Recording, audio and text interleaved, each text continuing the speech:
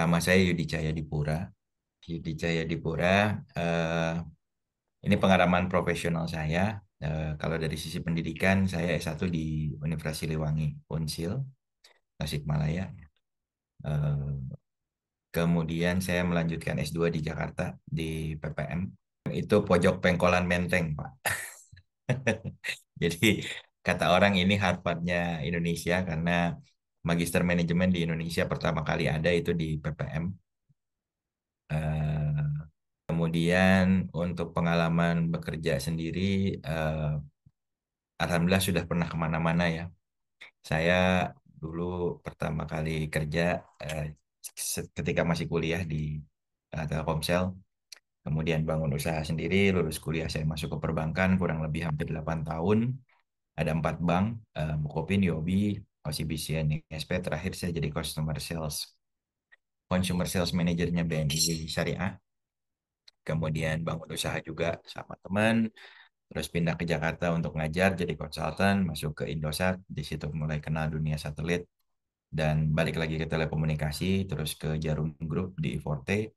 Kemudian setelah itu membentuk Caldera dan terakhir sebelum jadi konsultan sekarang saya di Pacific Broadband Satellite Group, eh, jadi PNS, pegawai negeri Singapura, diamanahi Indonesia, Malaysia, Timor Leste, dan Brunei Darussalam.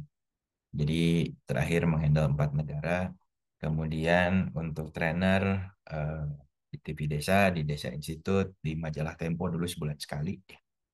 Ada Tempo Komunitas, kemudian beberapa lembaga lain. Eh, Pengalaman dan dokumentasi keynote speaker saya di event lokal dan regional ini kurang lebih, eh, kebanyakan sih bicara pengembangan masyarakat, kemudian telekomunikasi dan teknologi satelit mayoritas karena memang passion saya di situ. Jadi Sabtu Minggu memang saya turun ke masyarakat untuk sharing seperti ini kurang lebih. Kemudian public speaking juga sama, ada pengalaman di lokal dan internasional kelas yang pernah coba eh, saya kondak. Dan ini goes to market experience. Jadi memang alhamdulillah karena terakhir kemarin diamanahi 4 negara jadi kenyang keliling ya Sabang sampai Merauke keinjek semua. Kemudian di sana membantu teman-teman UMKM, eh, membantu teman-teman UMKM untuk mengembangkan usaha. Ini di Timor Leste, kemudian ini di Padang, ini di Lampung, ini Maluku dan Papua, ini di Jawa Barat. Eh, dan juga community engagement. Kalau di community engagement, banyak kan main di daerah timur, ya di Papua, di Sulawesi, dan lain sebagainya. Kita bicara biasanya pemberdayaan masyarakat dan mudah-mudahan dari semua pengalaman yang sudah eh, saya alami, bisa sharing dengan teman-teman yang mungkin kesehariannya memang aktif di desa-desa, ya, aktif di desa-desa. Itu mungkin kurang lebih. Kemudian aktivitas lain, saya relatifly dekat dengan teman-teman media karena selama di perusahaan telekomunikasi, kalau biasanya teman-teman TV itu perlu satelit untuk siaran langsung, untuk penyebaran konten. Nah, itu kebetulan ada sempat pegang izin frekuensinya di situ. Jadi teman-teman TV kalau mau siaran langsung biasanya telepon saya dulu. Dari situ alhamdulillah kenal dengan beberapa sampai sekarang.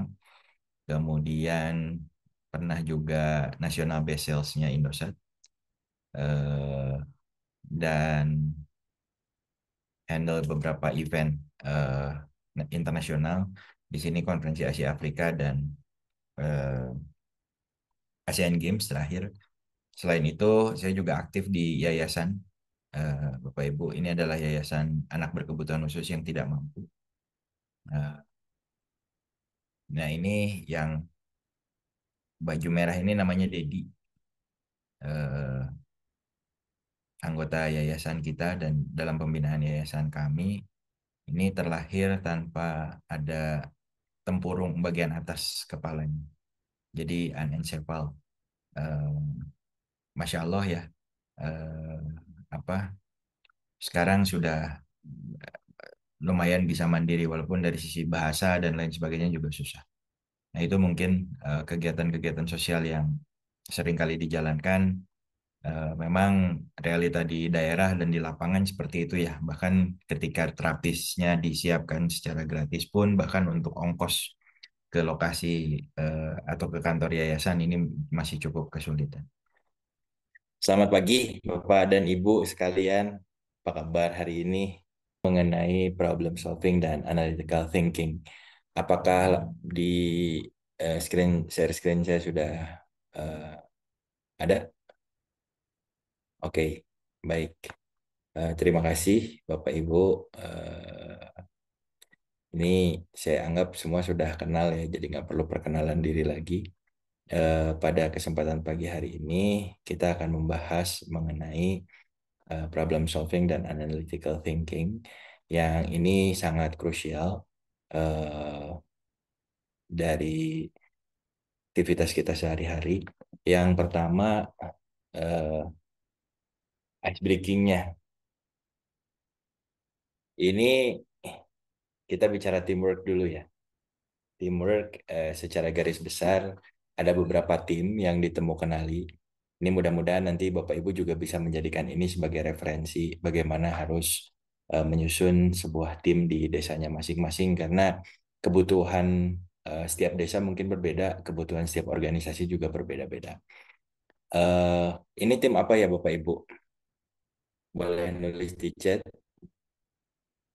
Kira-kira tim apa ini?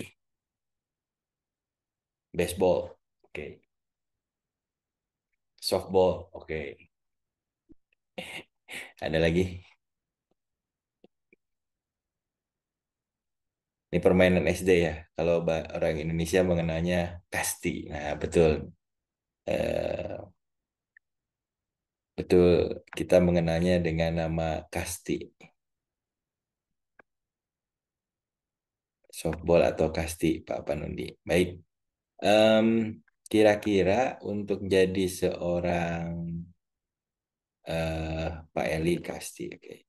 Kira-kira untuk menjadi seorang anggota di tim kasti, softball, atau baseball ini, atletnya harus bisa apa ya? Atletnya harus bisa apa? Memukul, lari, lari.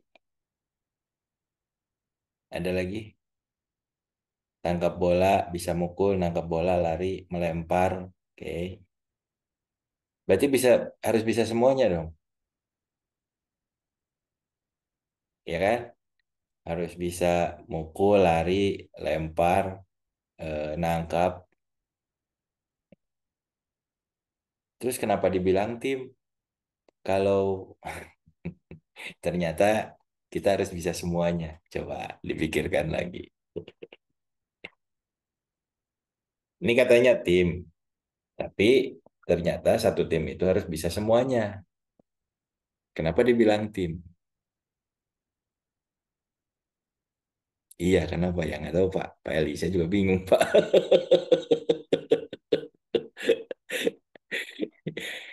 Ini tim, tapi sesuai keahlian masing-masing. Kan tadi dibilang bahwa, oke, masing-masing punya peran.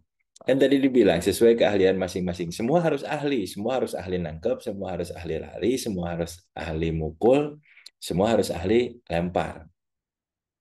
Iya kan? Tapi kenapa dibilang tim? Nah, ini ternyata ada kelompok-kelompok atau tim-tim seperti ini. Ini namanya adalah solid performance team. Solid performance team. Biasanya solid performance team ini berlaku untuk siapa? Ini berlaku untuk UMKM.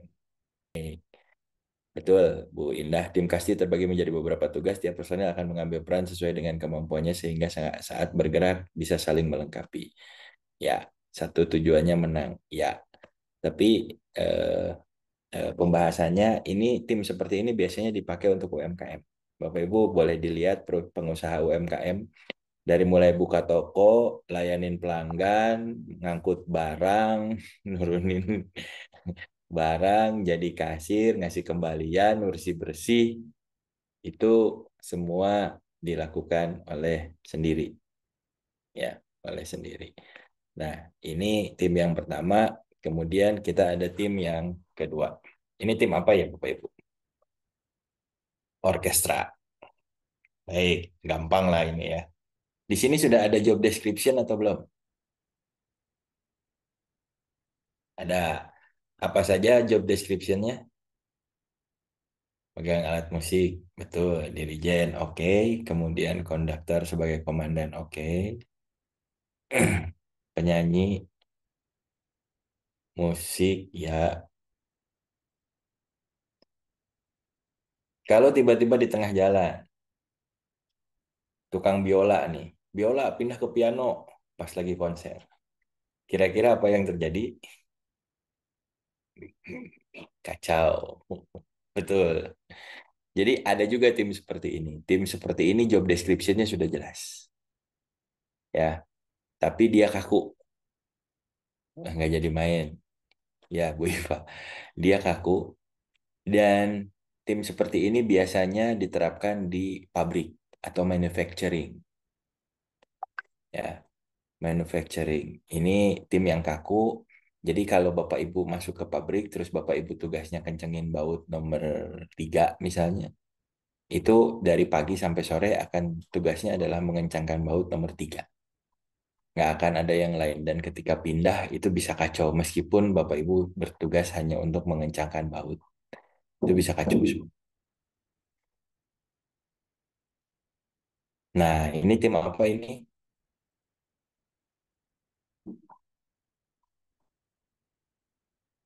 Ini tim yang ketiga. Sepak bola. Ada job desk di sini? Ada apa saja? Striker, oke. Kiper, oke. Kiper, back, oke. Penyerang, kapten, sayap, paha, dada gitu ya. Kapten, back. Ya, oke. Kemudian tiba-tiba di sebuah tendangan penjuru, semua masuk ke depan gawang lawan. Terus tiba-tiba eh, ada seorang bek yang mendapatkan bola di mana di depan gawangnya sudah kosong, sudah tidak lagi dijaga kiper. Ya, sudah tidak lagi dijaga kiper, dia sedang pegang bola, tapi karena dia sadar posisinya back dan bukan tugasnya dia mencetak gol, maka dia manggil striker. Striker, striker sini, ini tendangin bola. Gitu nggak cara main? Karena mencetak gol tugasnya siapa?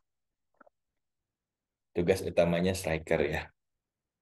Tapi ketika eh, itu terjadi, itu bisa siapa saja sebetulnya. Hanya memang tugas utamanya di striker. Nah, ini adalah tim modern, nah, tim modern yang sekarang banyak diperlukan oleh organisasi-organisasi yang ada. Jadi di tim ini kesuksesan tim itu menjadi faktor utama yang dikejar. Walaupun ada job description, tapi dia lebih lincah, lebih agile. Jadi bisa bisa sangat adaptif. Siapapun yang mencetak gol itu nggak dilihat posisinya apa, tetapi secara garis besar yang penting kiper juga ada yang cetak gol betul Pak Surya. Jadi yang penting adalah eh, ketika siapapun itu ketika punya kesempatan mencetak gol ya cetaklah gitu ya. Tapi ketika dalam menyerang atau bertahan mereka akan balik menjaga ke posisinya masing-masing. Oke, ini adalah tim yang sebetulnya saat ini jadi idaman banyak banyak organisasi ya. Karena sekarang itu kita dituntut organisasi itu bisa tumbuh dengan cepat. Oleh karena itu memerlukan tim-tim yang memang agile atau lincah ya. Baik, kita lanjut ke materi. Nah, jadi sudah ice breakingnya kita bicara masalah tim, Sekarang kita bicara masalah problem solving. Apa itu masalah? Pernah Bapak Ibu merasa masalah kok makin sini makin bikin pusing ya? Mending balik lagi ke SD dulu, tinggal minta jajan gitu ya. Ada yang merasa semakin kesini kok kayaknya hidupnya makin ruwet? Ada. Pak Eli ketawa-ketawa nih. Katanya udah narik nafas panjang ini. Ada yang hidupnya semakin kesini semakin ruwet atau semakin tenang?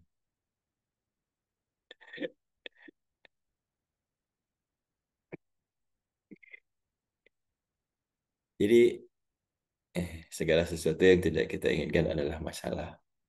Oke, Pak Jeffrey ya udah mulai main filosofis nih, Pak Jeffrey. Baik. eh apa sih sebenarnya ya yang disebut masalah? Saya minta Bapak Ibu flashback dulu ke kelas 3 SD kali ya. Karena kelas 3 ya semuanya. Di kelas 3 SD itu ada pelajaran yang paling menyeramkan. Apa itu? Ada yang bisa tebak? Kelas 3 SD. Ada pelajaran yang paling menyeramkan. Apa itu? Ada yang bisa tebak? Matematika. Khususnya adalah perkalian. Betul, Pak Pandi. Perkalian. Itu sangat menyeramkan ya. Dan celakanya, segala sesuatu di kelas 3 SD itu terkait dengan perkalian. Termasuk cepet-cepetan pulang, guru biasanya ngasih soal berupa perkalian. Siapa yang bisa nebak balik duluan. Setelah kita flashback ke masa lalu, hmm, hakikatnya perkalian itu masalah atau bukan ya?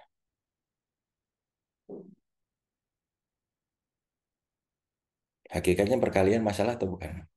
Bukan. Kenapa bukan, Pak?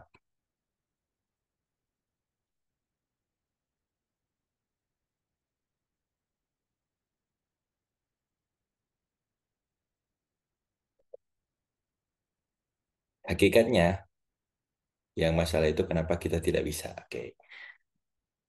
Tergantung kalau kita pasti kalau kita bisa pasti tidak menjadi masalah. Baik.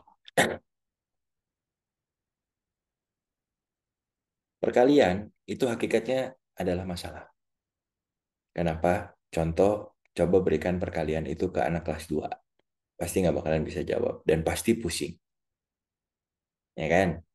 Nah, terus kenapa sehari-hari kita sekarang ketemu dengan kasus-kasus perkalian, tapi kita sudah tidak pernah menganggap lagi perkalian sebagai sebuah masalah, walaupun hakikatnya perkalian itu adalah masalah. Kira-kira kenapa? Bapak Ibu suka ketemu kasus perkalian setiap hari, 10.000, 1.000-nya ada berapa gitu ya. Itu kan cepet ya, kalau ngitung uang. Tapi, eh, karena sudah terbiasa, oke. Karena sudah paham ilmunya, dan karena ada alat bantu. Ada kalkulator, Pak. Baik, betul. Jadi, eh, ini filosofis lagi, jadi tolong didengarkan baik-baik. Yang pertama, perkalian hakikatnya adalah masalah. Ketika dikasih ke anak kelas 2 SD atau anak-anak yang belum belajar perkalian, pasti akan menganggap eh, perkalian sebagai sebuah masalah. Lalu kita tidak pernah menganggap saat ini perkalian sebagai sebuah masalah. Kenapa? Karena sudah terbiasa, karena sudah pernah alami, karena sudah tahu ilmunya, dan karena ada alat bantu. Pertanyaan saya, lalu sebenarnya apa yang kita anggap masalah saat ini? Ternyata yang kita anggap masalah saat ini adalah hal-hal yang memang belum pernah kita alami, belum kita kuasai ilmunya, kita belum tahu ada alat bantunya, dan belum pernah kita selesaikan. Jadi wajar saja semakin ke sini masalah dirasa semakin sulit. Kenapa? Karena kalau masalah-masalah yang dianggap tidak sulit, masalah-masalah yang tidak dianggap masalah adalah hal-hal yang selama ini memang sudah pernah kita alami, sudah pernah kita pelajari, sudah kita ketahui alat bantunya, dan juga hmm, sudah pernah kita lewati. Jadi wajar nggak semakin ke sini masalah dirasa semakin sulit? Wajar. Karena apa? Karena balik lagi, eh, saya dulu misalnya ketika masuk ke bank pertama kali, target saya per bulan itu 400 juta. Itu masalah saat itu. Kemudian di tahun kedua naik ke 600 juta. Kemudian tahun ketiga naik ke 800 juta.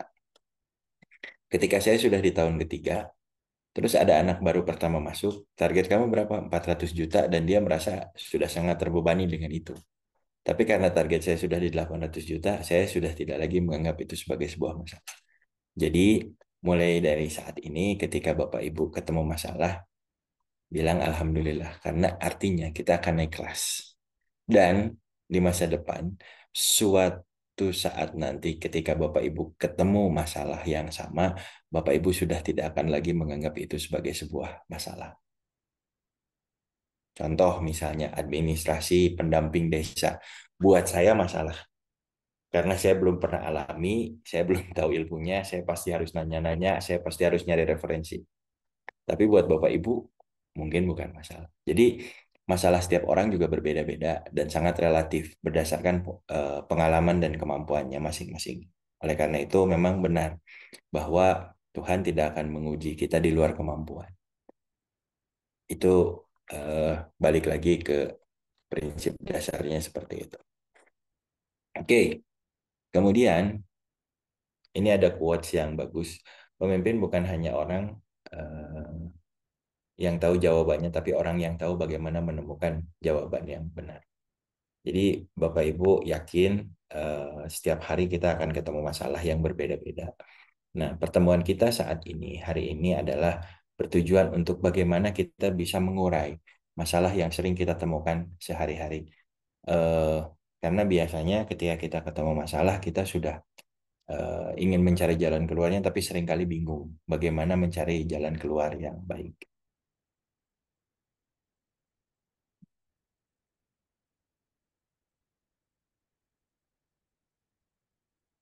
Oke, hari ini eh, secara big picture atau gambaran besarnya, kita akan eh, melakukan atau mensimulasikan bagaimana memecahkan masalah dimulai dari analisa situasi. Ini adalah ilmunya khusus di PPM, bukunya juga ada Minot Indonesia, dan ini jarang diajarkan di luar PPM. Tapi saya coba bawa ini di kelas kita hari ini. eh, Bapak Ibu boleh cek kalau Bapak Ibu kursus minot di PPM mungkin harganya pasti di atas 5 juta per orang. Tapi hari ini kita akan belajar hanya satu bagiannya saja, yaitu analisa situasi. Kemudian kita akan juga belajar mendefinisikan masalah dengan prinsip 5W1H dan kita juga akan mencoba mencari alternatif solusi dengan decision matrix dan implementasinya nanti dengan PDCA. PDCA ini sudah relatif umum kita gunakan. Eh, Kemudian di luar itu alternatifnya itu ada fishbone. Fishbone, ada yang sudah pernah dapat materi fishbone di problem solving? Barangkali ini cukup umum sih dipakai. Biasanya fishbone ini menganalisis akar masalah.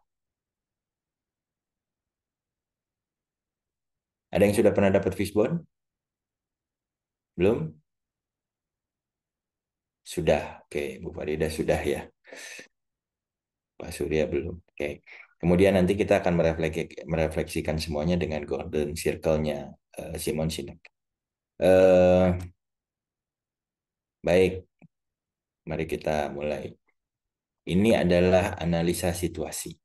Jadi ketika kita bicara Minot Indonesia, ini ada empat, ada empat segmen yang harus kita lewati untuk masalah problem solving.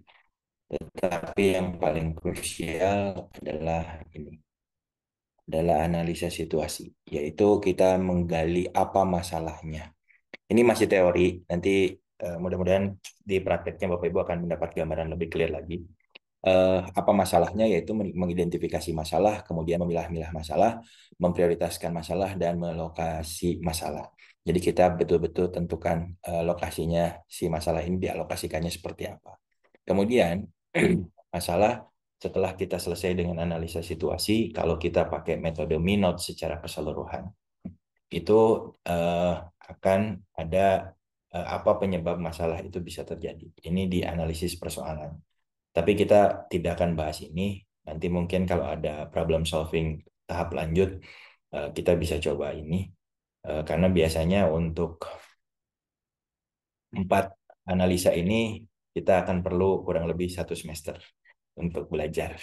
Tapi eh, yang paling krusial, yang paling mendasar, dan menurut saya sangat mudah diaplikasikan itu analisa situasi yang kita bawa saat ini. Kemudian untuk memilih alternatif apa yang akan dipilih itu masuk ke analisa keputusan. Dan yang ketiga, ketika keputusan sudah diambil. Jadi Bapak Ibu, problem solving sekarang itu bukan hanya memutuskan dan menyelesaikan masalah, tapi ada proses mitigasinya juga. Proses mitigasinya adalah bagaimana mengamankan keputusan yang diambil. Ini namanya analisa persoalan potensial. Karena setiap keputusan yang diambil pasti ada implikasinya, pasti ada dampaknya, dan itu harus sudah kita prediksi sehingga kita bisa mengeksekusi keputusan yang kita ambil dengan baik. Jadi Bapak Ibu, mohon diingat dengan baik. Setelah kita ketemu masalah, kita berhasil pecahkan, kita ambil keputusan untuk memecahkan masalah, belum selesai sampai di situ. Tapi kita harus betul-betul melihat kira-kira dampak dari keputusan yang kita ambil itu seperti apa. Dan ini perlu diamankan. Misal ada potensi demo, ada potensi yang kecewa, ada potensi yang tidak menerima misalnya. Atau ada potensi gangguan operasional, atau ada potensi juga penolakan. Nah ini juga harus dianalisa dan dipikirkan. Setelah kita siapkan alternatif-alternatif cara mengatasinya, baru kita bisa dibilang melakukan metodologi problem solving secara lebih komprehensif. Karena kalau kita tidak mengantisipasi ya persoalan-persoalan potensial yang mungkin muncul setelah keputusan diambil, bisa jadi keputusan yang sudah kita ambil juga akan kembali berubah dan sia-sia di tengah jalan. Oke,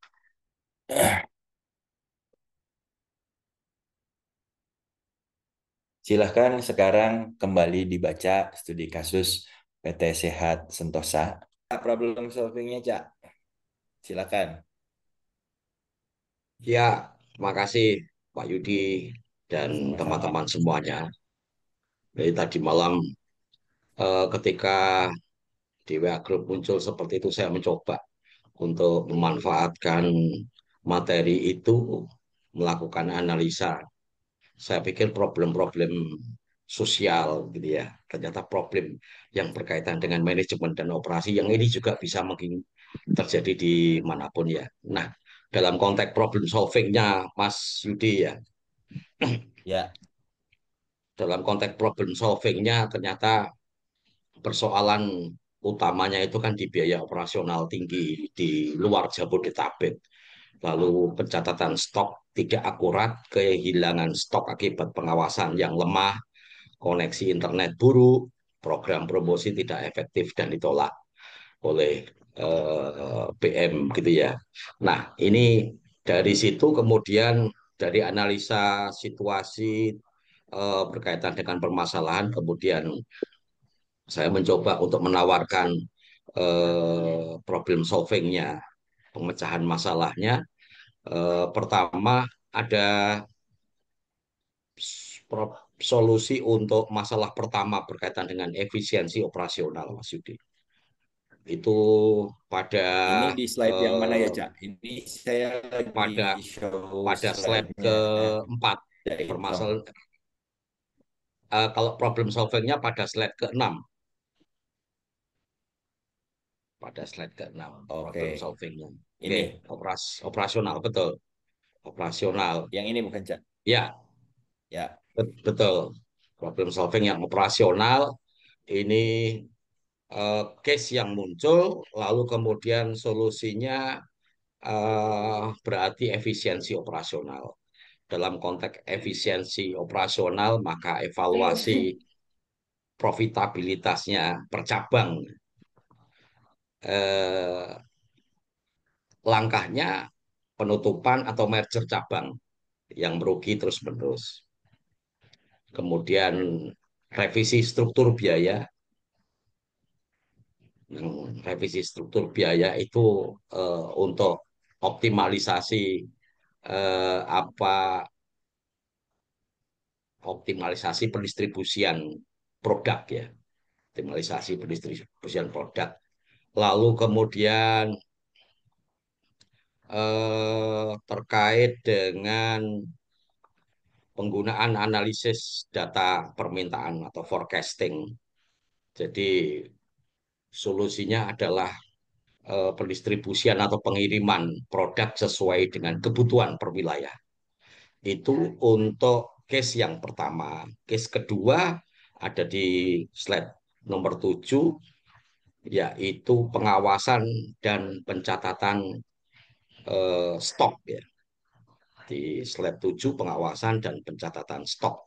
Di sana saya melihat eh, persoalan yang apa yang bisa ditawarkan untuk memecahkan masalah, solusi yang bisa ditawarkan untuk memecahkan masalah adalah mendesain ulang tata letak gudang dan apotik agar tidak bisa diakses pasien tanpa pengawasan.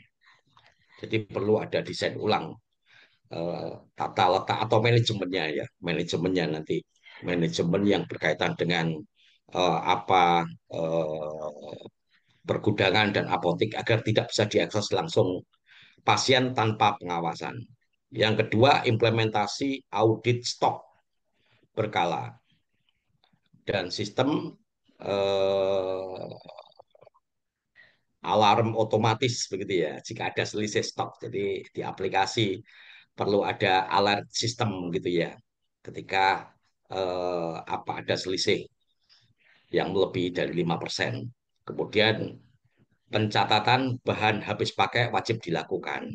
Nah, ini kan kalau dalam teori akuntansi persediaan itu kan ada FIFO, LIFO gitu ya. First in, first out atau last in, first out. Dan ini perlu kemudian menjadi sistem pencatatan yang bisa diberikan oleh eh, apa dalam pengawasan. Lalu kemudian menggunakan barcode system end to end. Ini penting untuk kemudian diimplementasikan karena dari situ sirkulasi produk akan kelihatan. Lalu kemudian case ketiga yaitu sinergi promosi dan operasional pada slide ke-8. Di case ketiga di slide ke-8 itu eh, apa? Saya melihat bahwasanya perlu ada koordinasi, ada integrasi biaya promosi di Departemen Marketing, lalu program promosi berbasis data pelanggan, rapat koordinasi lintas fungsi setiap bulan perlu dilakukan, lalu kemudian mendorong kolaborasi antara PM dan tim marketingnya. Lalu kemudian eh, yang keempat, case keempat adalah infrastruktur teknologi. Di infrastruktur teknologi ini pada slide ke-9, slide ke-9 ini hasil diskusi dengan teman-teman tadi malam ini Mas Yudi. Jadi perlu menerapkan ya teknologi yang kemudian bisa bisa memperkuat koneksi antar unit gitu ya, antar unit sehingga perlu kemudian eh, perlu kemudian teknologi itu menjadi alat bantu dalam konteks pelaporan gitu ya. Termasuk juga bisa dipergunakan untuk kegiatan-kegiatan non pelaporan. Kemudian memperkuat jaringan internet di wilayah yang bermasalah tadi, gunakan monitoring TI pusat terpusat. Jadi ada admin pusat yang bisa memonitor persoalan siklus alur dari dari bisnis tadi itu. Lalu rekomendasi di slide 10, fokus ke bisnis, tetap fokus bisnis apotik, Mas Yudi, obat generik, lalu kemudian membangun budaya efisiensi dan kontrol biaya, lalu melanjutkan digitalisasi terukur sesuai kebutuhan operasional. Terakhir adalah mengimplementasikan CCTV dan audit digital di gudang. Itu Mas Yudi yang bisa saya sampaikan. Terima kasih. Siap. Terima kasih. Udah bisa jadi GM salah satu perusahaan farmasi terbesar di Indonesia nih sepertinya. Karena ini adalah kasus dari farmasi yang cukup besar di Indonesia. Eh, Baik. Bu Ida Yahya, barangkali ada yang karena raise hand, ada yang mau disampaikan, silakan. Pak, saya coba untuk menganalisa eh, baru tiga ini yang saya bisa dapatkan. Yang pertama yaitu adalah karena di sini ada tadi yang saya baca bahwa marketing mengadakan promosi, tetapi BM sebenarnya tidak setuju. Jadi berarti yang kita dapatkan di sini adalah eh, pendelegasian wewenang yang tidak efektif. Nah, jadi Hmm. problemnya berarti harus dilakukan pendelegasian wewenang yang efektif seperti itu, Bapak. Yang kedua, Hmm. terjadi kerugian yang besar di daerah Purwakarta, Karawang, dan Bandung. Eh, ini menunjukkan berarti audit biaya eh, yang tidak bagus gitu. Jadi harus dilakukan audit biaya gitu. Yang ketiga adalah banyak kehilangannya stok di gudang yang terjadi seperti itu, Pak. Ya, artinya tidak ada sistem keamanan yang bagus sehingga problem solvingnya adalah perbaikan sistem keamanan. Mungkin itu Bapak. Jadi perbaikan sistem keamanan dulu yang harus diperbaiki. Kalau di Caitom, apa yang harus pertama kali diperbaiki, Cak?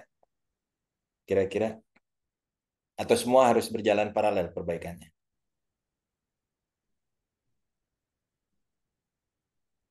Pak Panudi, silakan. Ada komentar? Ya, kalau saya, Pak, eh, secara internal dan evaluasi keuangan ini, karena ini kan kayaknya eh, dari berbagai macam eh, pelakunya yang tidak connect, yang tidak apa. Yang pertama adalah konsulen internal. Itu nanti juga eh, solusinya adalah terjadi tadi rencana instruksi usaha.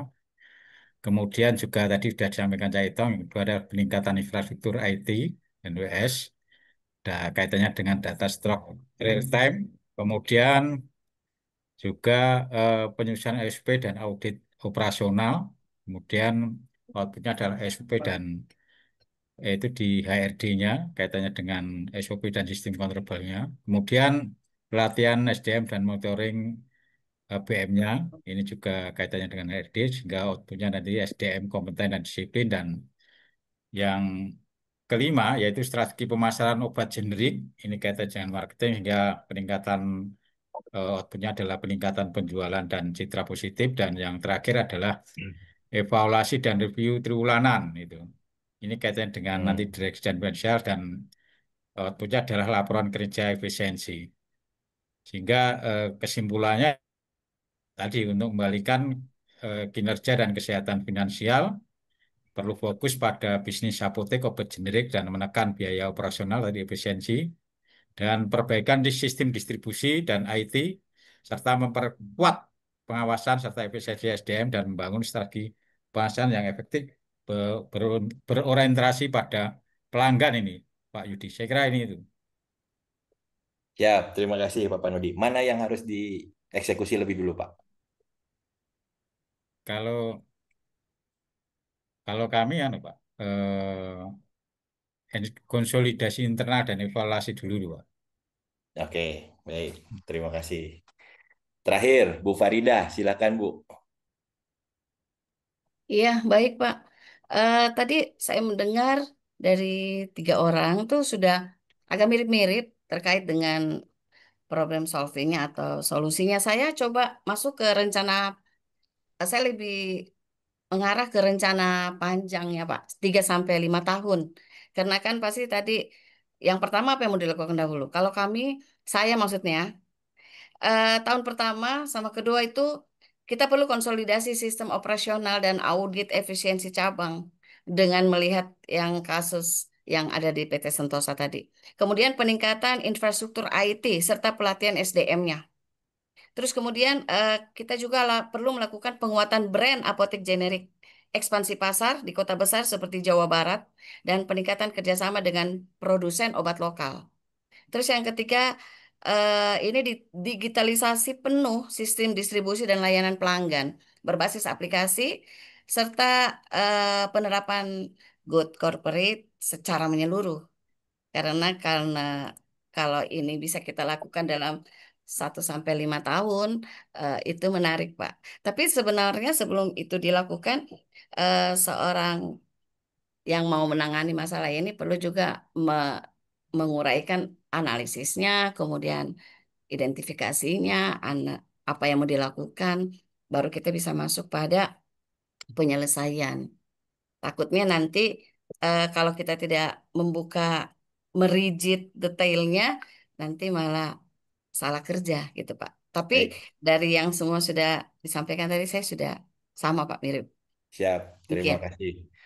Ini Pak Surya juga nulis, yang diperbaiki manusianya dulu. Sistem dan lainnya tidak akan berjalan tanpa manusia di dalamnya tidak siap berubah dan menolak perubahan. Ini kalau saya, SDM-nya, Pak. iya, kalau saya biarin berantem ini semua. Baik, seru ya. Eh, seru sekali diskusinya. Kita lanjut. Apa sih sebenarnya yang harus dilakukan? Karena ini adalah metode problem solving, Bapak Ibu. Dan walaupun ini sifatnya teori, tapi percaya saya, ini merubah mindset saya ketika ketemu masalah. Setelah saya ketemu ini di kampus kemarin waktu belajar. Dan ini adalah ilmu kekhasannya PPM yang pantas harganya mahal. Gitu ya. Jadi Bapak Ibu bisa melihat dari sisi framework-nya, nggak susah, sama sekali tidak susah. Jadi kalau tadi kita lihat dari berbagai aspek dari operation-nya, dari SDM-nya, kemudian dari sisi penerapan teknologi terbaru dan lain sebagainya, bias-nya banyak sekali. Sehingga kita bingung ketika ditanya, kita bisa ngelis masalahnya ini, tapi ketika ditanya mana yang harus lebih dahulu diputuskan, itu pusing. Ya, jadi urutan penyelesaiannya yang pertama adalah tentukan pokok permasalahan. Jadi yang Bapak Ibu lakukan tadi itu sudah benar, di list permasalahannya apa saja. Kemudian yang kedua, tentukan akar masalah. Ini akar masalahnya apa sih? Akar masalah itu sumber dari segala sumber atau core of the core-nya. Ujungnya di mana? Kemudian yang ketiga adalah tentukan masalah sistemik. Apakah di runutan masalah itu ada yang sistemik atau tidak? Dan yang keempat, yang terakhir, penyusunan skala prioritas penyelesaian masalah. Mana yang harus kita selesaikan lebih dahulu. Seringkali ketika kita menemukan masalah, kita lupa merunut ini semua sampai akhirnya kita temukan ternyata banyak sekali masalah dan berujung pada kebingungan. Mana yang harus kita eksekusi lebih dulu. Sehingga langkah kita jadinya tidak begitu clear.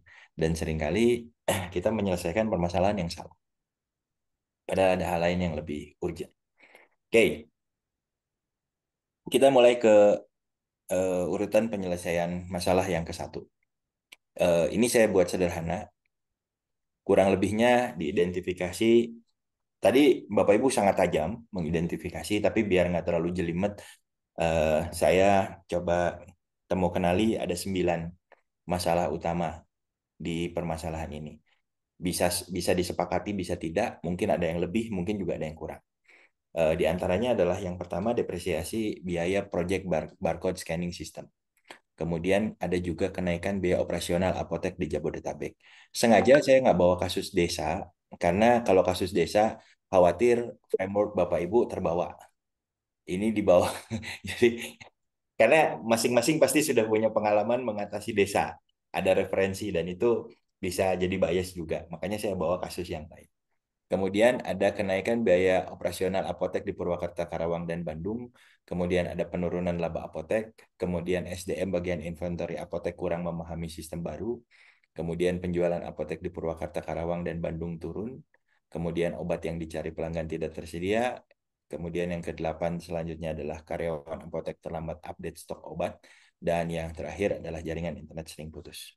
Bisa jadi ada masalah-masalah lain di luar ini, karena tadi saya lihat analisa dari Pak Panudi, dari Cak Itong, Bu Farida, dan Ibu siapa tadi? Ibu ya, iya ya, Bu Hidayah ya. Oke, lalu apa setelah ini? Nah, ini ajaibnya analisa situasi. Bapak Ibu, tolong buat diagram sebab akibat. Tolong buat diagram sebab akibat. Ada masalah, ada eksternal juga coach, tren pasar. Yes, betul. Kita fokus yang internal dulu ya. Tapi itu bisa di list. Bapak Ibu nanti bisa buat buat sendiri, bisa buat sendiri sesuai dengan masalah yang Bapak Ibu temui. Jadi apa itu diagram sebab akibat? Diagramnya bentuknya seperti ini. Ini adalah masalah utamanya. Penurunan laba apotek obat. Kenapa disebut masalah utama? Karena masalah ini yang akan kelihatan oleh manajemen. Jadi yang disebut masalah utama adalah masalah yang akan kelihatan sama kepala desa, sama Pak Camat, sama Pak Bupati. Itu masalah utamanya. Terus kita runut, kenapa ini terjadi? Apa saja yang jadi penyebab? Ternyata ada kenaikan biaya operasional apotek di Jabodetabek. Oke, kemudian kenapa lagi? Oh, ternyata juga ada kenaikan biaya operasional di Purwakarta, Karawang, dan Bandung. Kemudian kenapa lagi? Masing-masing kenaikan biaya operasional apotek di Jabodetabek, Purwakarta, Karawang, dan Bandung itu disebabkan oleh depresiasi biaya proyek barcode scanning system. Kemudian penurunan laba obat itu juga terjadi karena penjualan apotek di Purwakarta, Karawang, dan Bandung turun. Ini disebabkan oleh obat yang dicari pelanggan tidak tersedia. Kenapa seperti ini? Karena karyawan apotek terlambat update stok obat. Kenapa seperti ini? Karena SDM bagian inventory apotek kurang memahami sistem yang baru. Kemudian ada juga jaringan internet sering putus. Paham Bapak Ibu? Sederhana. Jadi saat ini, mulai sekarang, kalau ketemu masalah berhenti dulu, list dulu, bikin diagram sebab akibat. Ya, kenapa saya suka metodologi ini? Karena ini sangat sederhana dan kita bisa paham. Ini adalah pokok masalahnya. Kemudian tadi yang kedua adalah kita harus mencari akar masalah dan masalah sistemik. Oke, balik lagi ke sini. Kita ini adalah akar masalah. Akar masalah adalah masalah-masalah yang tidak ditimbulkan oleh masalah lain sebelumnya. Ya, ini adalah akar masalahnya nih. Depresiasi biaya barcode project system, SDM bagian inventory, jaringan internet sering putus. Bisa jadi pandangan kita berbeda. Saya hanya mencoba mensimplifikasi, tapi bukan berarti ilmu ini juga menyederhanakan sesuatu, enggak. Tetap analisanya list tadi yang di awal tuh harus setajam mungkin. Baru bikin diagram ini. Dan kemudian yang ketiga kita harus tentukan masalah sistemik. Apa itu masalah sistemik? Masalah sistemik adalah masalah yang menyebabkan lebih dari satu masalah lain, masalah tambahan. Difahami sampai sini? Ada yang mau komen? Silakan.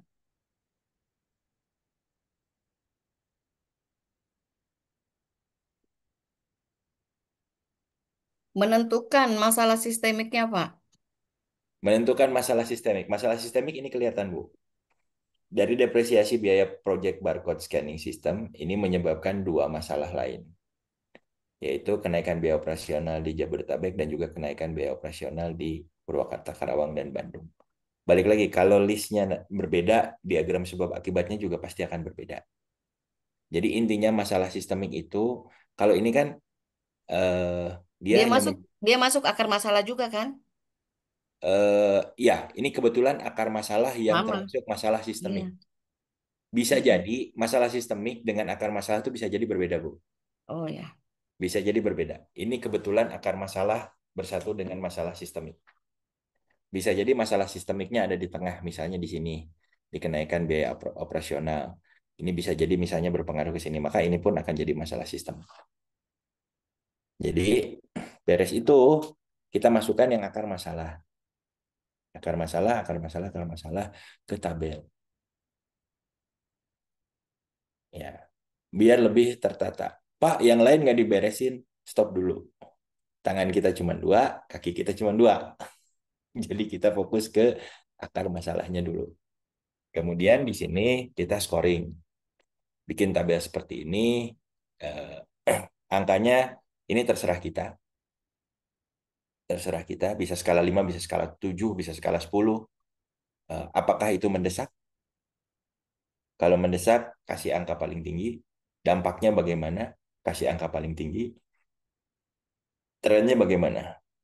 Apakah berulang, terus sering, atau tidak, atau makan meningkat, sehingga di jumlah nantinya kita akan punya skala prioritas yang harus diselesaikan, yaitu depresiasi biaya project barcode scanning system. Itu prioritas pertama. Prioritas kedua adalah SDM bagian inventory, kurang memahami sistem yang baru. Kemudian bagian yang hal ketiga yang jadi prioritas kita adalah jaringan internet sering putus. Dan ini sudah berikut ada analisa selanjutnya yang harus dilakukan. Tapi nggak bakalan cukup waktunya kalau kita bicara analisa persoalan potensial, analisa keputusan, dan analisa persoalannya. AP dan APP. Ada gambaran Bapak Ibu?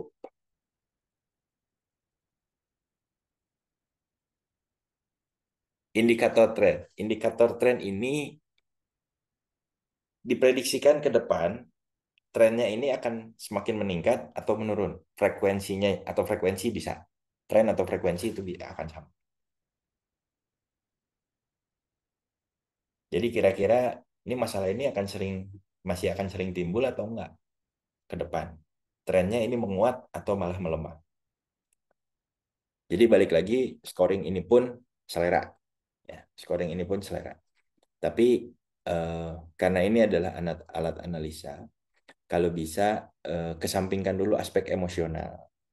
Seringkali yang mendistrak penilaian-penilaian seperti ini adalah referensi dan aspek emosional.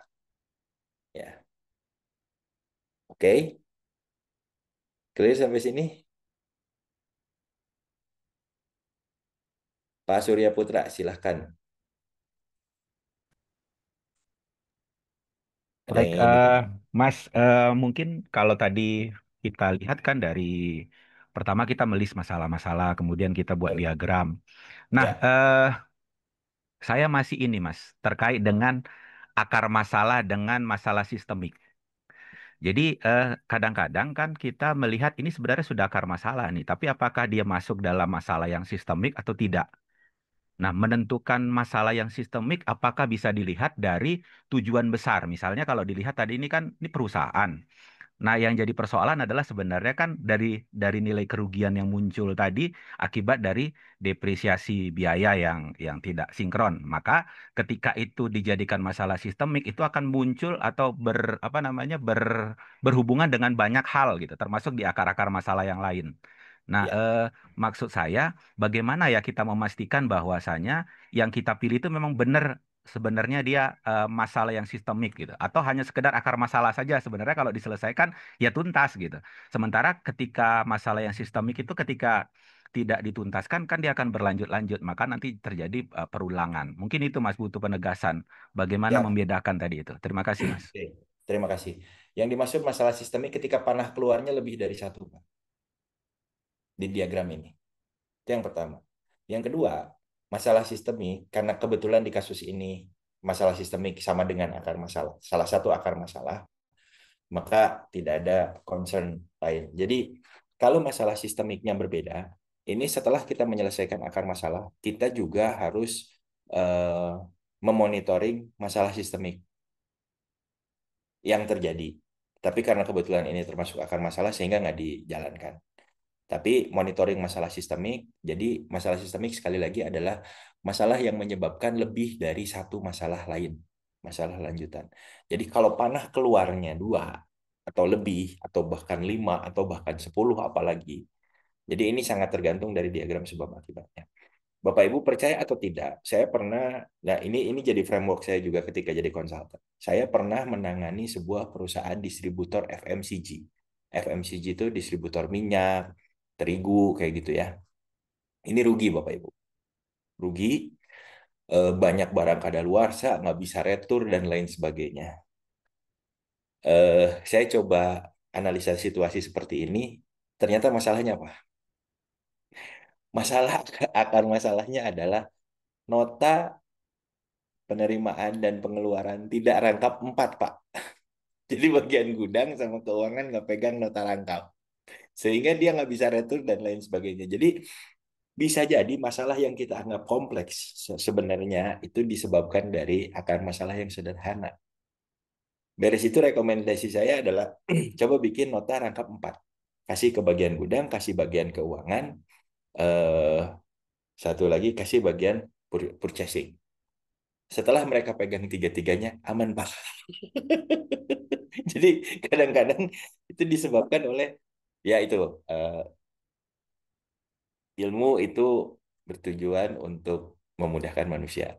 Dan saya ketika pertama ketemu ini eh, jujur Pak menginspirasi juga buat saya. Jadi ketika ketemu masalah tuh jangan langsung action. Bapak Ibu adalah pendamping desa. Bapak Ibu adalah konsultan di desa.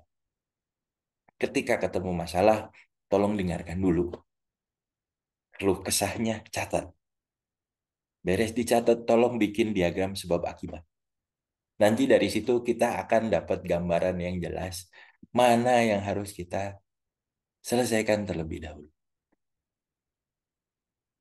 Itu ya. Ini mempermudah kita membuat pikiran yang tambah runut. Saya tadi melihat yang dari Caitong sangat luar biasa. Yang dari Bu Farida juga sangat luar biasa dan juga dari teman-teman yang lain. Tetapi ketika ditanya mana yang harus diselesaikan, itu biasanya kita bingung. Mana dulu ya? Mana dulu ya? Mana apa yang harus diselesaikan terlebih dahulu itu yang mana? Nah, itu yang seringkali menjadi bloker di kita atau menjadi penghambat di kita untuk bisa menyelesaikan masalah-masalah yang tersaji di hadapan kita. Mudah-mudahan ilmu ini walaupun sederhana, tapi buat saya canggih, Pak. Buat saya canggih banget. Bapak Dudi silakan, Pak. Ada yang mau disampaikan? Iya, Pak, hanya ini, ketika menentukan prioritas masalah dan yang akan ditangani tadi, Hmm? ini kan tadi kan dari akar dari yang lain-lain. Apakah nanti antara ini Pak, antara personal satu dan personal yang lain itu mungkin berbeda walaupun kasusnya sama? Bisa jadi berbeda. Bisa jadi berbeda. Saya bilang kalau yang ini, maksud Bapak scoring ini kah atau Iya, iya, iya, iya. scoring ini itu selera, Pak. Selera. Tapi balik lagi, kalau pengen objektif, kesampingkan dulu aspek emosional. Karena ini harus dibikin serasional mungkin. Bisa jadi orang bagian SDM akan bilang SDM bagian inventory apotek kurang memahami sistem yang baru sehingga training yang akan dikedepankan. Bisa jadi. Atau bisa jadi orang IT akan bilang internetnya ganti duluan. Itu sangat tergantung ke referensi. Makanya, tapi minimal kalau dengan ada ini, kita bisa eh, melatih diri kita untuk jauh lebih objektif. Ya, untuk jauh lebih objektif, kesampingkan dulu apakah Bapak dan pendamping desa kan sebenarnya sangat fleksibel dan luar biasa ya. Bapak bisa mengeluh karena Bapak bukan sekretaris desa, Bapak bukan kepala desa, Bapak juga bukan karyawan apa kantor desa. Jadi bisa jauh lebih objektif melihat segala sesuatunya. Karena ya konsultan kenapa kenapa di perusahaan selalu perlu konsultan, Pak? Karena gini, eh,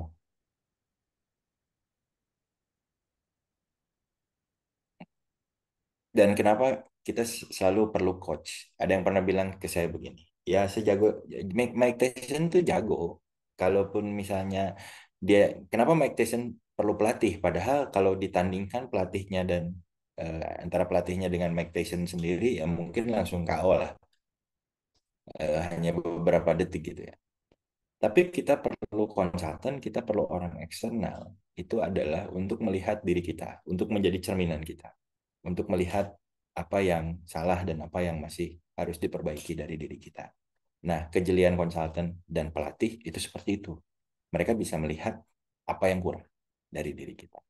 Nah, jujur Pak, ini metode problem solving ini sangat membantu saya pribadi untuk memecahkan masalah-masalah rumit yang sehari-hari saya ketika ketemu perusahaan baru, ketika ketemu komunitas baru.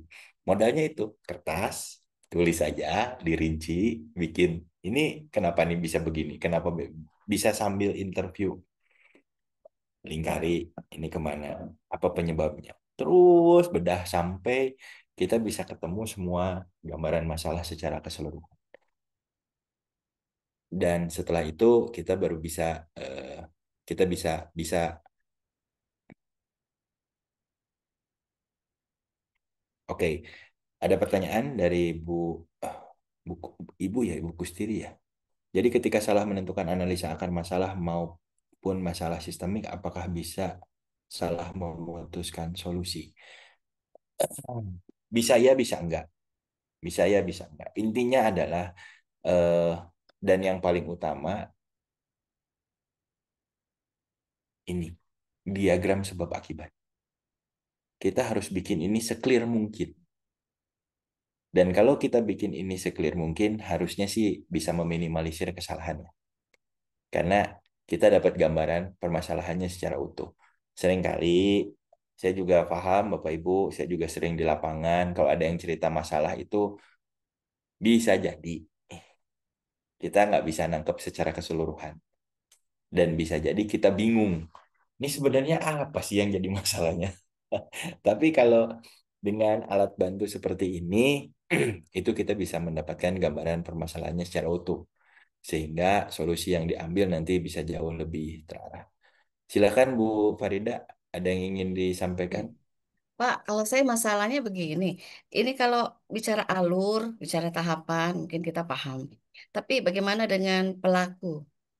Jadi misalnya yang bermasalah itu keluarga.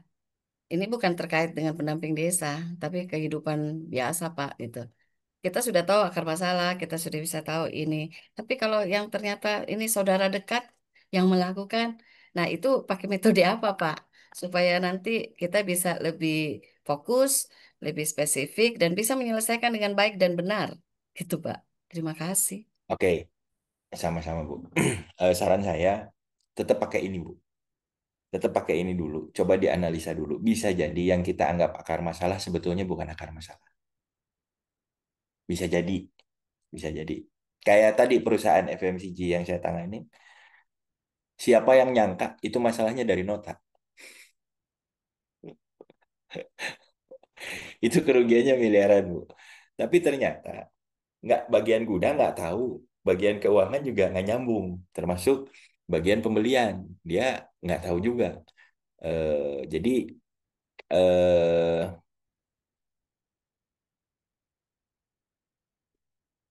kita bisa mendapat gambaran utuh karena dengan menggambar seperti ini aspek emosional kita hilangkan dulu dan bisa jauh lebih objektif dan terukur. Intinya adalah bagaimana kita bisa melihat masalah sebagai seobjektif mungkin. Setelah itu baru kita rumuskan bagaimana solusi dan jalan keluarnya.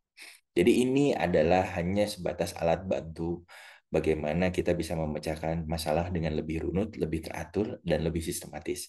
Sehingga diharapkan keputusan yang diambil itu bisa jauh lebih efektif dan tepat sasaran. Pertanyaan dari Cak Itong, apakah diagram ini bisa disusun secara partisipatoris, lalu bagaimana mendinamakan kelompok agar bisa partisipasi? Bisa, Cak, sangat bisa. Di dalam meeting, masalah utamanya apa? Tulis aja di board. Kira-kira ini disebabkan sama apa? Ini. Satu faktor ini bisa dibedah semuanya. Jika itu dilakukan, akhirnya kita ketemu. Dan ini bisa juga menjadi visi bersama. Bisa sangat paham. Oh, ternyata masalah ini tuh penyebabnya ini ya. Jadi mana yang bisa kita selesaikan lebih dulu? Ya, akar masalahnya. Apakah setelah menyelesaikan akar masalah selesai? Belum. Belum. Diagram ini harus dijadikan referensi terus-menerus sampai masalahnya bisa teratasi. Sampai labanya kembali stabil atau bahkan meningkat. Akar masalah ini selesai, bisa jadi kita akan berlanjut ke masalah selanjutnya yang belum bisa diselesaikan ketika akar masalahnya sudah kita selesaikan. Dan akan timbul akar masalah baru. Ya, karena SDM bagian inventory, oke, sudah di training nih, tapi ternyata masih ada karyawan apotek terlambat update stok obat. Ini bisa jadi ada case lain yang muncul kalau kita tidak komprehensif. Tapi kalau tadi disusun secara partisipatoris, partisipasinya banyak kepala yang ikut mikir di situ, pasti akan banyak sekali faktor yang menjadi penyebab di sini. Itu bornya harus sebesar mungkin. Tapi itu akan sangat bagus. Itu akan sangat bagus, kita akan bisa memotret secara keseluruhan. Masalahnya itu apa? Jadi ini tuh metode ini tuh amazingnya adalah bagaimana kita bisa melihat end to end ya dari permasalahan yang kita hadapi dan disajikan dengan jelas di depan mata kita dan kita bisa membaca itu. Nah, ada lagi barangkali yang ingin ditanyakan?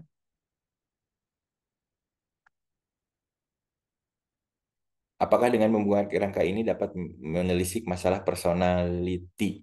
Yang dimaksud masalah personality apa ya?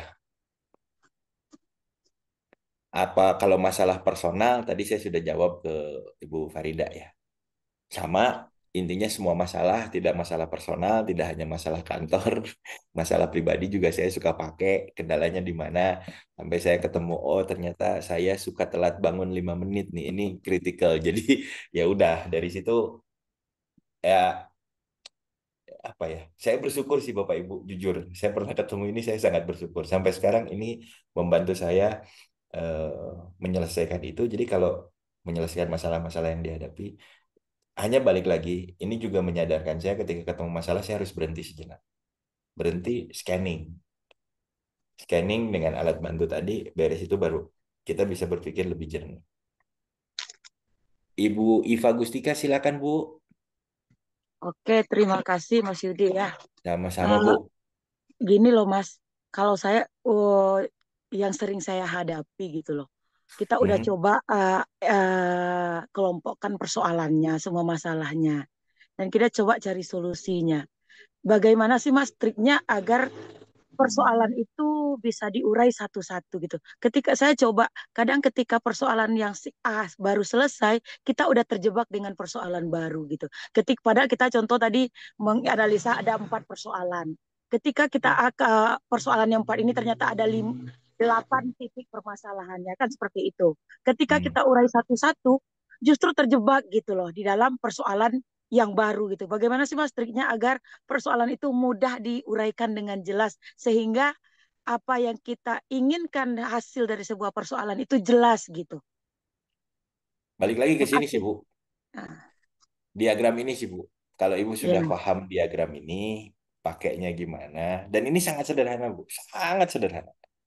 Jadi apa sih penyebab penyebabnya apa, ya, disebabkan oleh apa. Terus dirunut sampai hmm, belakang.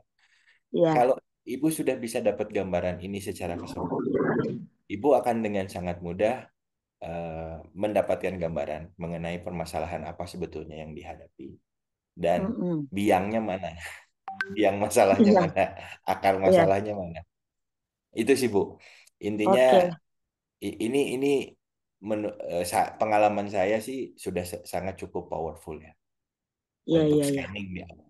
ya, Jadi ya Mas, kalau dikelompokkan dan hanya dikelompokkan seperti tadi dilakukan oleh rekan-rekan kita sebelumnya, memang biasanya bingung Bu, mana yang mau iya, diselesaikan duluan, ya kan? Tadi iya, makanya tadi saya tanya ke beberapa orang, mana yang harus diselesaikan duluan? Berhenti dulu. Kayaknya ini Pak, kayaknya ini Pak, masih iya, kayaknya. Nah, iya. kalau di sini itu sudah clear, mana yang harus diselesaikan lebih dulu. Oke Itu Mas, ya siap. Terima kasih siap. Bu. Ya. Kita lanjut. Oh, masih ada satu lagi. Terakhir, terakhir, terakhir. Rame nih. Ada game semakin banyak pihak yang dilibatkan, semakin ruwet. Oke. Dinamika kelompoknya bisa hidup. Betul, betul, Cak. Memang baiknya gini. Ketika kita melakukan komunikasi dengan orang lain, aspek latar belakang setiap orang juga itu sangat menentukan. Jadi untuk tadi dilibatkan secara kolektif, bisa bentuknya focus group discussion, kita ajarkan dulu. Kemudian setelah itu biar kita clustering mereka di kelompok-kelompok kecil.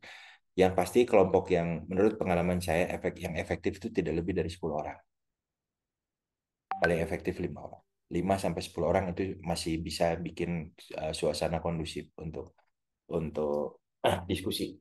Kemudian yang kedua, pastikan orang yang dilibatkan ini juga memang terlibat dan uh, uh, memahami masalah yang sedang kita hadapi. Kalau tidak terlibat ya ngapain? Hanya untuk jadi supporter biasa aja, ngapain harus dilibatkan? Tidak ada tidak ada faedahnya sama sekali dan mungkin malah akan menambah kompleks ya masalah yang terjadi. Jadi tetap eh, partisipasi yang dimaksud ini adalah partisipasi dengan pihak-pihak yang terlibat secara langsung atau yang terkait dengan masalah yang kita hadapi atau pemangku kebijakan sehingga mungkin ada peribahasa menyatakan kan banyak kepala lebih baik daripada satu kepala, tapi kalau kebanyakan juga bisa pecah ya. Jadi parameternya 5 sampai 10 orang yang betul-betul relate. Itu yang mungkin bisa kita ajak diskusi atau yang dimaksud partisipatif kan tidak juga berarti itu harus di waktu yang bersamaan. Bisa jadi kita bikin dulu, kita draft dulu diagramnya, beres itu kita bawa. Saya pun sering melakukan hal seperti itu, khawatir nanti ada pertentangan atau misalnya yang akan kita tanya, ini udah tahu secara politis misalnya atau secara kepribadian memang nggak cocok. Saya mau ngajak ngobrol ke Bapak A dan Bapak B, tapi Bapak A dan Bapak B ini nggak akur.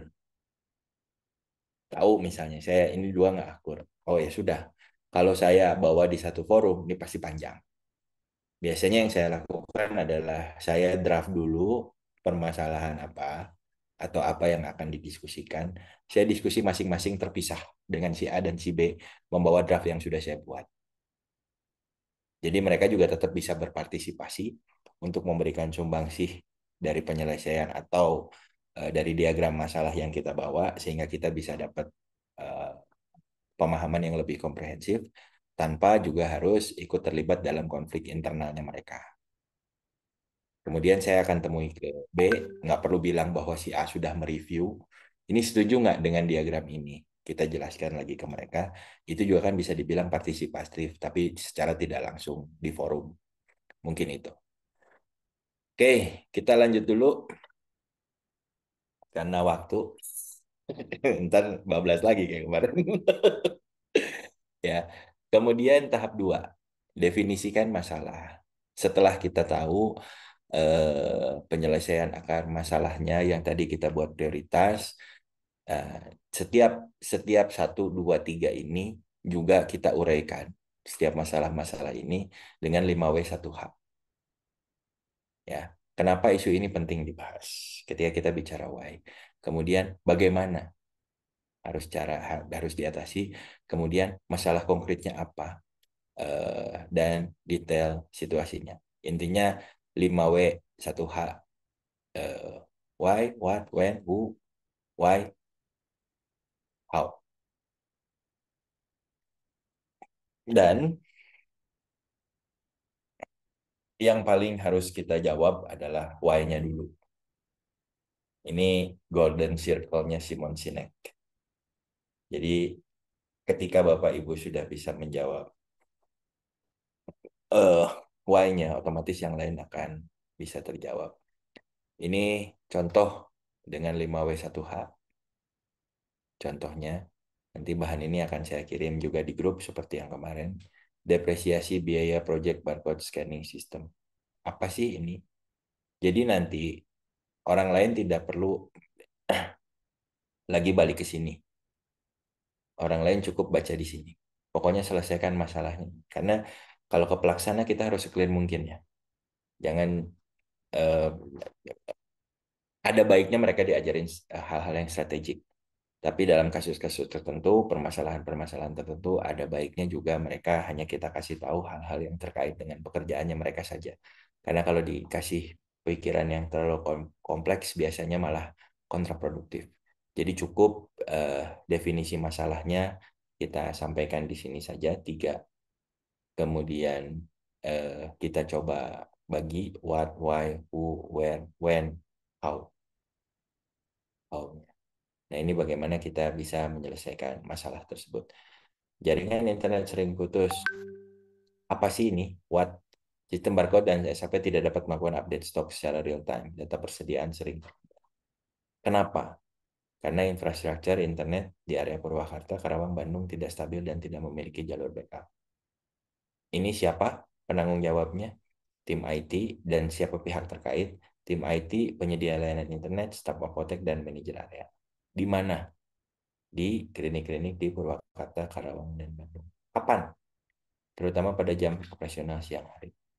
Kemudian, bagaimana cara mengatasinya? Tambah provider cadangan, pasang router backup, dan buat sistem offline synchronize. Sementara agar stok tercatat walau koneksi terputus. Nah, ini sudah akhirnya di how ini kita mulai bicara bagaimana caranya kita mengatasi masalah-masalah yang tampil tersebut.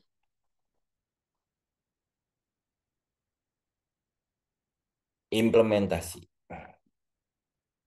dan action plan. Jadi setelah tadi kita urai lagi. Jadi saya ulang, kita buat diagram sebab akibat, kemudian lokalisir akar masalahnya, akar masalah kita scoring sampai ketemu prioritas mana yang harus dilakukan. Kemudian setiap akar masalah itu didetailkan lagi dengan 5W1H sampai ketemu bagaimana cara kita mengatasinya. Dan setelah itu kita buat plan, do, check, action. Kapan akan diselesaikan dan waktu pelaksanaannya seperti apa. Ini kalau diimplementasikan ke rancangan desa akan sangat paten sekali. Ya, si utamanya apa? 1, 2, 3 di plannya 1, 2, 3. Susun, lakukan evaluasi beban depresiasi proyek per wilayah apotek dan klinik, rancang perbaikan infrastruktur jaringan. Pelaksanaannya seperti apa? 1, 2, 3. Kemudian cek 1, 2, 3. Actionnya 1, 2, 3. Ini kapan dilakukan pengecekan? Siapa penanggung jawabnya? Dan indikatornya apa? Indikator keberhasilan. Balik lagi, ini hanya contoh. Mudah-mudahan bisa jadi referensi untuk Bapak dan Ibu ketika menjalankan eksekusi di lapangan terkait dengan permasalahan-permasalahan yang terjadi. Oke. Selanjutnya kita bicara metode yang lain. Saya jarang pakai kalau yang ini.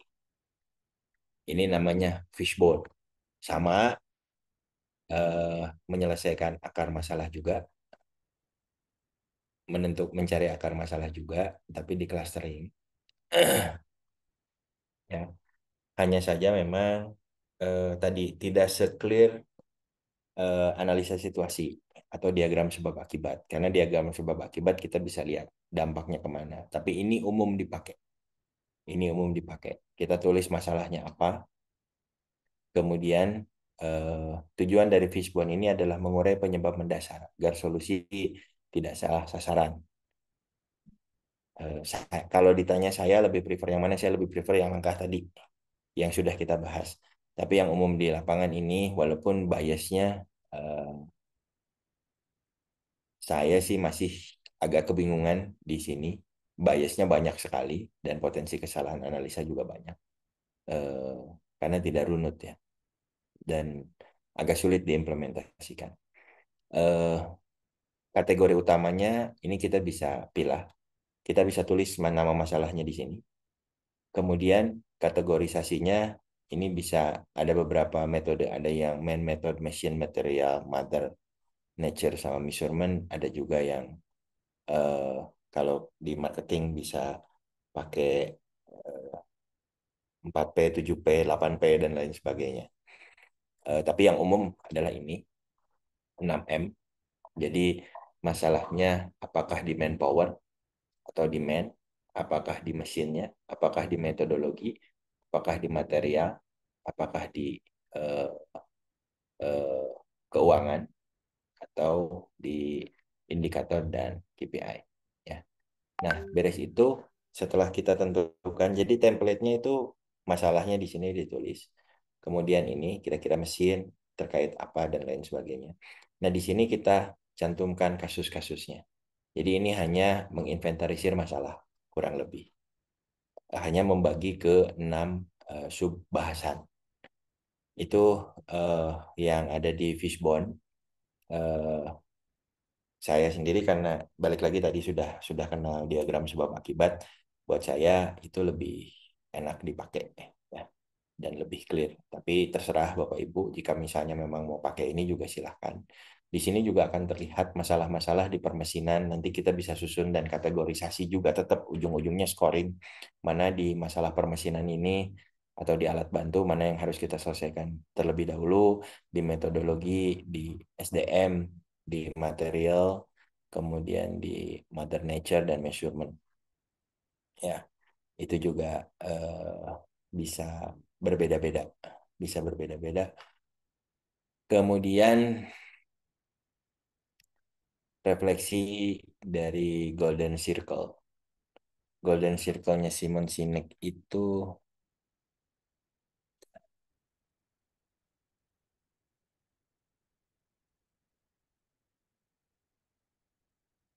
ya, kalau kita bisa mengetahui, jadi Golden Circle tuh ini why, how, dan what. Jadi kalau kita taunya cuman sebatas what, itu kita nggak hanya tahu bagian kulit luarnya saja. Misalnya gini, eh, apa sih yang terjadi? Oh, ada demonstrasi. Bagaimana demonstrasi itu bisa terjadi? Itu akan memerlukan pertanyaan yang jauh lebih, akan memerlukan jawaban yang jauh lebih dalam. Apalagi kalau bicara why. Why itu akan sangat-sangat jauh lebih dalam dan mendasar.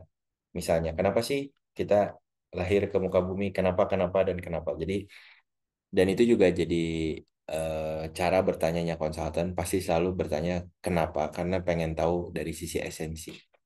Jadi pertanyaan reflektifnya adalah apakah solusi kita sudah selaras dengan why-nya organisasi? Jadi tolong dilihat lagi, setiap desa pasti yakin punya visi dan misi.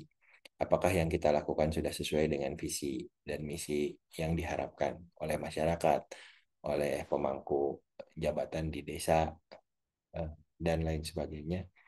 Kemudian apa yang pelajaran penting dari proses ini? Barangkali ada yang bisa jawab. Apakah ada yang merasa tercerahkan atau masih kurang puas dengan metode problem solving yang disajikan? Boleh tulis komen atau eh, open mic.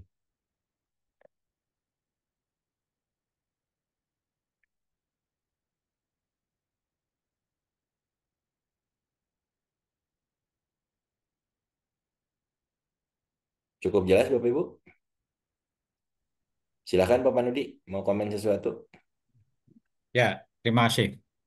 Kalau metodenya, saya kira kita ya sudah menerapkan itu. Hmm, Termasuk apa tadi, apa tadi, Pak? Yang Fishbone. kedua, respon itu. Ya. Eh, Hanya saja, Pak, ritme di masyarakat, konteksnya ini ketika di eh, ya karena ya permasalahannya kan ya berbagai macam kompleks. Dan kadang itu anu, Pak, apa itu eh, dari mereka-mereka itu kesabaran kesabaran untuk anu itu nggak ada. Ini kadang-kadang pengennya cepat, pengennya cepat itu. Contoh Kopdes ini, Wis, pengennya Kopdes merah putih yang ini yang sekarang Mas baru ngetren, Pak. Itu ya jawaban-jawaban sampai cetol dan kadang antara regulasi dan real lapangan itu kan pasti anu Pak, ada apa ya ritme Hmm. yang apa paralel enggak. Kadang regulasinya yang belum belum nyampe, tapi harapan warga. Lah ini yang kadang ini. Kalau metodenya sepakat ini. Spedonia ini pencerahan dan kami yang tadi Wisbon tadi udah kita lakukan juga. Dan ya memang ya adik saya ini ya ini jenengan di lapangan tuh ya dengan berbagai macam kepala itu saya yakin pasti ada yang mohon maaf, ada yang ya pengen cepat, ada yang sabar, ada yang anu ya ini nih yang ini. Tapi yang jelas dari metode ini tambah apalagi tadi metode sebab akibat pun ya kita sudah mencobanya tidak sampai katalah lebih rigid gitu loh. Karena ini kami sudah melakukan juga di program eh, mencari akar kemiskinan. Ya, ini kan kadang-kadang loh. Nah, kadang-kadang nggak tidak sabar itu. Cara apa kita ajak runut itu tidak sabar itu. Itu aja Pak Mas Yudi yang kadang yang dihadapi di lapangan itu seperti itu. Terima kasih. Ya, sama-sama Pak. Terima kasih. Jadi intinya gitu sih Pak. Seringkali ketika kita belum menyusun, belum bisa duduk, menarik nafas, dan men-scanning masalah, seringkali mumet memang. Tapi kalau kita sudah coba duduk, sabar dulu sebentar, karena balik lagi ya, fungsi kita kan sebagai konsultan, dimanapun kita berada. Duduk dulu, sabar sebentar, di list dulu, tadi mau partisipatif mau enggak. Eh, saya baru melakukannya ke organisasi yang kemarin karyawannya sekitar 2.700 orang. Metode yang sama. Saya panggil head-headnya, yuk di list yuk, masalahnya apa aja. Di list, mereka hanya bisa ngelis masalah. Dari situ kita coba uraikan bareng-bareng. Dari sini ini dampaknya kemana, dampaknya kemana. Terus dibikin sebab akibat. Semakin kompleks permasalahan, maka diagram sebab akibat juga akan semakin panjang, Pak. Akan semakin panjang. Dan akhirnya ketika diagram itu selesai, akhirnya kita semua dapat pemahaman yang sama. Jadi diagram sebab akibat ini juga bisa digunakan untuk menyelaraskan pandangan kita sebagai individu yang berbeda terhadap sebuah permasalahan. Akhirnya disepakati bahwa oh iya benar ini pokok masalahnya ya, yuk kita beresin ini dulu. Dan itu juga kalau relate dengan materi yang kemarin, ini juga bisa dipakai untuk penyamaan visi dan meng-create koalisi. Itu sih mungkin yang saya alami. Kemudian ada komen lanjutan di chat dari Mbak Iva Gustika, dari Bu Iva.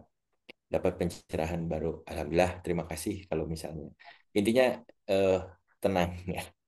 Kemudian apa yang bisa diperbaiki untuk kasus berikutnya setelah kita berhasil menyelesaikan masalah, tentunya kita harus ucapkan syukur ya karena kita sudah diberi kesempatan untuk belajar memecahkan sebuah masalah, dan ketika kita ketemu masalah yang sama kita pasti sudah tidak akan lagi menganggap itu sebagai sebuah masalah. Kemudian ada quotes adalah sebagai penutup di problem solving sebelum kita bicara refleksi yang lain. Ini ada yang menulis si Simon Sinek, karyawan yang tahu apa yang dikerjakan akan bekerja keras. Hanya tahu. Kemudian karyawan yang tahu mengapa dia melakukannya, dia akan bekerja dengan hati. Dan itu akan berdampak sekali terhadap organisasi. Jadi seringkali karyawan atau tim kita atau rekan setim ataupun bawahan kita kadang masih ada males-malesan karena dia belum tahu, belum sampai ke mengapa, Pak. Kenapa sih harus ada pendamping desa? Kenapa? Kalau ini sudah terjawab, harusnya dari sisi inisiatif itu akan keluar. Dari sisi inisiatifnya. Jadi seperti misalnya, dan brand-brand besar itu kuat di sini, Pak. Di Y-nya. Ada yang tahu Pepsodent ketika pertama kali dibuat, apa Y-nya? Mengapa Pepsodent harus ada? Ternyata salah satu pembuat produknya bilang ini untuk menyehatkan gigi orang Indonesia. Itu Y-nya kuat banget. Sehingga itu menjadi ruhnya organisasi. Jadi kalau belum ketemu Y yang dalam, itu biasanya inisiatifnya belum bisa muncul. Kalau dia sudah merasa eh, apa yang dijalankan sebagai panggilan dan amanah itu harusnya dari sisi inisiatif dan lainnya akan jauh bisa lebih enak diajak kolaborasi. Baik, kita ke materi refleksi selanjutnya untuk eh, menurunkan tensi setelah kita berkutat dengan masalah. Ada orang yang nulis buku The Power of Kepepet. Ada yang pernah baca bukunya belum? The Power of Kepepet. Jadi Jaya Setiabudi, betul. Eh, ada riset menyatakan bahwa kita ternyata hidup sehari-hari hanya dengan 30% kemampuan kita. 30-40%. Bayangkan, 60-70% kemampuan asli kita tuh tertidur. Contohnya, contohnya kalau Bapak Ibu sekarang siang-siang begini, ini di Bandung agak mendung. Kalau disuruh lari ke alun-alun, kira-kira mau nggak, Pak, Bu? 10 keliling alun-alun. Gitu. Pak, berantem yuk. Gitu kan. Paling jawabannya itu. Tapi ketika Bapak Ibu diminta keluar dari ruangan, kemudian eh, di luar ruangan sudah ada eh, 3 atau 4 ekor anjing pitbull yang siap menerkam dan lepas. Kira-kira apa yang akan terjadi? Lari nggak? Pasti akan lari, bahkan mungkin larinya lebih lebih cepat dibanding ketika dites sama guru olahraga ya. Eh, ada orang dikejar massa, maling dikejar massa, tiba-tiba nggak jadi keluar, iya. Tapi kalau udah anjingnya udah nerobos masuk gimana Bu? Jadi ada maling dikejar massa, tiba-tiba eh, dia bukan atlet loncat tinggi, tapi dia dia tiba-tiba bisa loncatin pagar setinggi 2 meter. Mungkin kita coba refleksi ke diri kita, eh, sebelum-sebelumnya mungkin pernah kita juga mengalami hal serupa. Tanpa disadari ternyata kita mampu menyelesaikan. Jadi kalau bicara teori motivasi, memotivasi orang itu ada dua. Ada stressing, ada persuasif. Kalau yang stressing seperti tadi, kita tiba-tiba dikejar anjing, kita dikejar orang gila, kita dikejar massa. Eh, kalau yang persuasif ya kelas-kelas seperti ini. Bedanya apa? Ketika stressing biasanya kemampuan bisa eh, keluar, bahkan mungkin menurut kita lebih dari 100%. Tapi biasanya tidak disadari. Kalau metode-metode kelas seperti ini, itu biasanya naiknya nggak signifikan. 20-30%, tapi disadari. Nah, jadi baiknya kalau sekarang kita bisa, setelah belajar ini, kita bisa dari hal-hal yang kepepet itu, kita sadari sehingga meskipun metodenya misalnya kadang kita harus harus harus memaksa kita melakukan sesuatu, tapi karena kita sadar bahwa kita punya kemampuan, kita bisa melakukannya. Lalu, apakah kita sehari-hari baru akan melakukan yang terbaik setelah kepepet? Sebegitu sepelenya kah masa depan kita sehingga kita tidak mau mengeluarkan kemampuan terbaik untuk memperjuangkan masa depan kita yang lebih baik lagi? Jadi, mudah-mudahan kita nggak nunggu kepepet dulu baru mengeluarkan kemampuan yang terbaik ya. Karena pada prinsipnya kita mampu. Ketika kita dikejar anjing, kita bisa lari lebih kencang dari guru olahraga, atau kadang-kadang sampai bisa manjat pohon, tiba-tiba sadar-sadar sudah di atas pohon. Itu yakinlah kita sendiri yang melakukan, tidak dibantu jin dan tidak dibantu apapun ya. Dan sadarilah bahwa pada prinsipnya kita mampu. Seringkali itu semua kemampuan terbaik kita tertidur karena eh, kita kalah oleh malas, oleh rasa malas, oleh nanti aja, atau menunda sesuatu, atau menganggap itu bukan sesuatu hal yang penting. Dan ada teori lain yang juga sangat menarik, mungkin bisa jadi referensi dan bacaan Bapak Ibu, adalah butterfly effect. Butterfly effect itu pernah diukur bagaimana bisa sesuatu hal yang kecil terjadi, tapi karena efek domino itu bisa menyebabkan sesuatu hal yang luar biasa. Contoh, kita bangun lebih awal, hanya 5 menit misalnya. Tapi karena kita bangun lebih awal, kita bisa persiapan ke kantor tidak lagi tergesa-gesa. Tiba-tiba di perjalanan ke kantor, karena kita tidak lagi tergesa-gesa, kita ketemu teman. Dan kita senyum ke teman itu. Saling sapa. Hai, hai. Teman itu merasa nyaman. Akhirnya, dan terus berantai seperti itu. Banyak di YouTube bahasan tentang butterfly effect. Ini juga menarik. Jadi kita jangan pernah menganggap remeh sesuatu hal yang kecil yang kita lakukan. Atau misalnya kita memungut paku di jalan sehingga mencegah ada orang yang tertusuk paku, ya.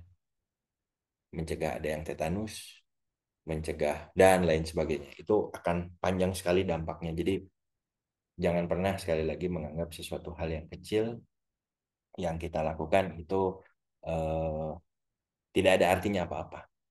Termasuk hanya sekedar senyum ke orang sekitar kita. Kemudian yang terakhir, sebagai penutup sebelum kita diskusi,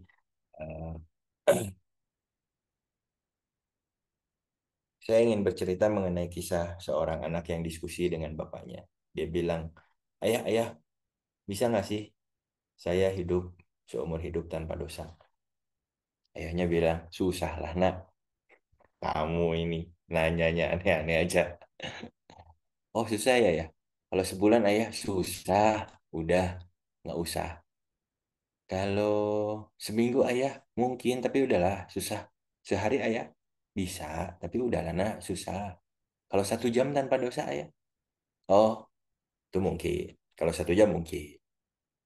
Terus si anaknya bilang, kalau begitu ayah, saya akan hidup jam demi jam, menjaga diri saya tanpa dosa, sehingga menghasilkan hari demi hari, minggu demi minggu, bulan demi bulan, sampai saya bisa menjalankan seumur hidup saya tanpa dosa.